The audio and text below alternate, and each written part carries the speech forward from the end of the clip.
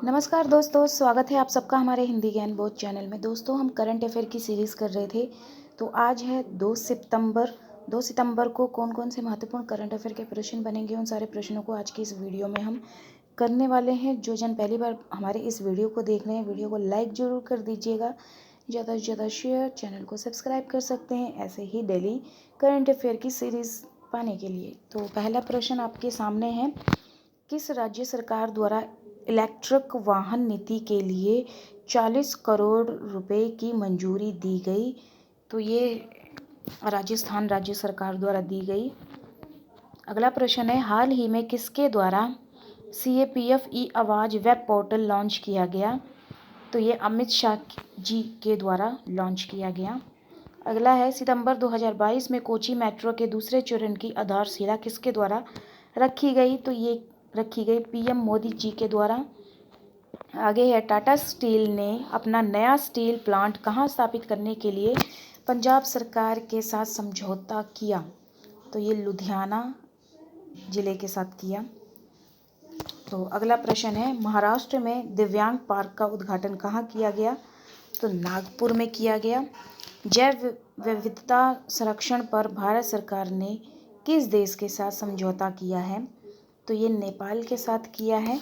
अगला प्रश्न है, निम्न में से कौन T20 मैच में 3500 रन बनाने वाले पहले खिलाड़ी बन गए हैं? तो ये हैं रोहित शर्मा जी।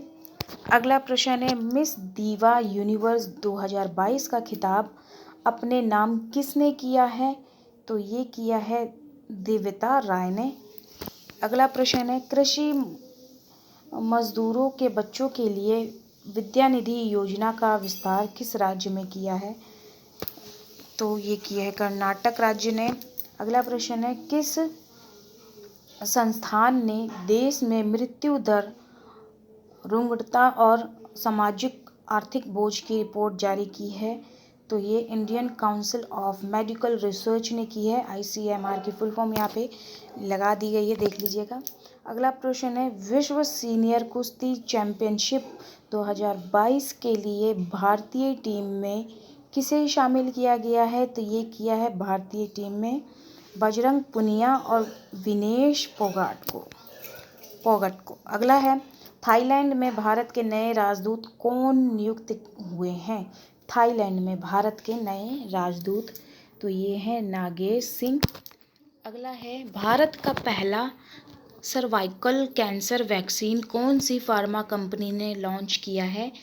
तो ये लॉन्च किया है सीरम इंस्टीट्यूट ऑफ इंडिया ने, ये भी याद रखिएगा। किस राज्य में एक विशाल दवा पार्क बनाया गया है? तो ये आंध्र प्रदेश में बनाया गया है। अगला प्रश्न है, सारेक्स 2022 नामक 10वें राष्ट्रीय समुद्री खोज और बचाव अभ्यास का आयोजना कहाँ किया गया है? तो ये किया है चेन्नई में।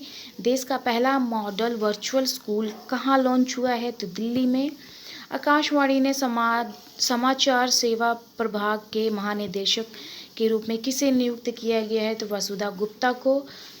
अगला प्रश्न जो बनता है, भारत में डिजिटल साक्षरता को बढ़ाने के लिए AICTE ने किसके साथ साझेदारी की है? तो अडोब के साथ की है। ये भी करंट अफेयर से बहुत अच्छा प्रश्न है। यूनिट 8 में नेट के पाठ्यक्रम में जो सिलेबस लगा हुआ है पेपर 1 का, उसमें ये पूछा जा सकता है। अगला है, NSO के डेटा के अनुसार वित्त वर्ष 2022-23 के पहले क्वार्टर में भारत की GDP विकास दर कितने प्रतिशत रही है? तो 13.5% रही है। अगला प्रश्न है, केंद्रीय पर्यावरण मंत्री भूपेंद्र यादव ने कहाँ G20 पर्यावरण और जलवायु की मंत्री स्तरीय बैठक को संबोधित किया है? तो ये बाली इंडोनेशिया में किया है। अगला प्रश्न है, दुनिया के तीसरे सबसे धनी व्यक्ति हाल ही में कौन बने हैं? तो ये बने हैं गौतम अडानी।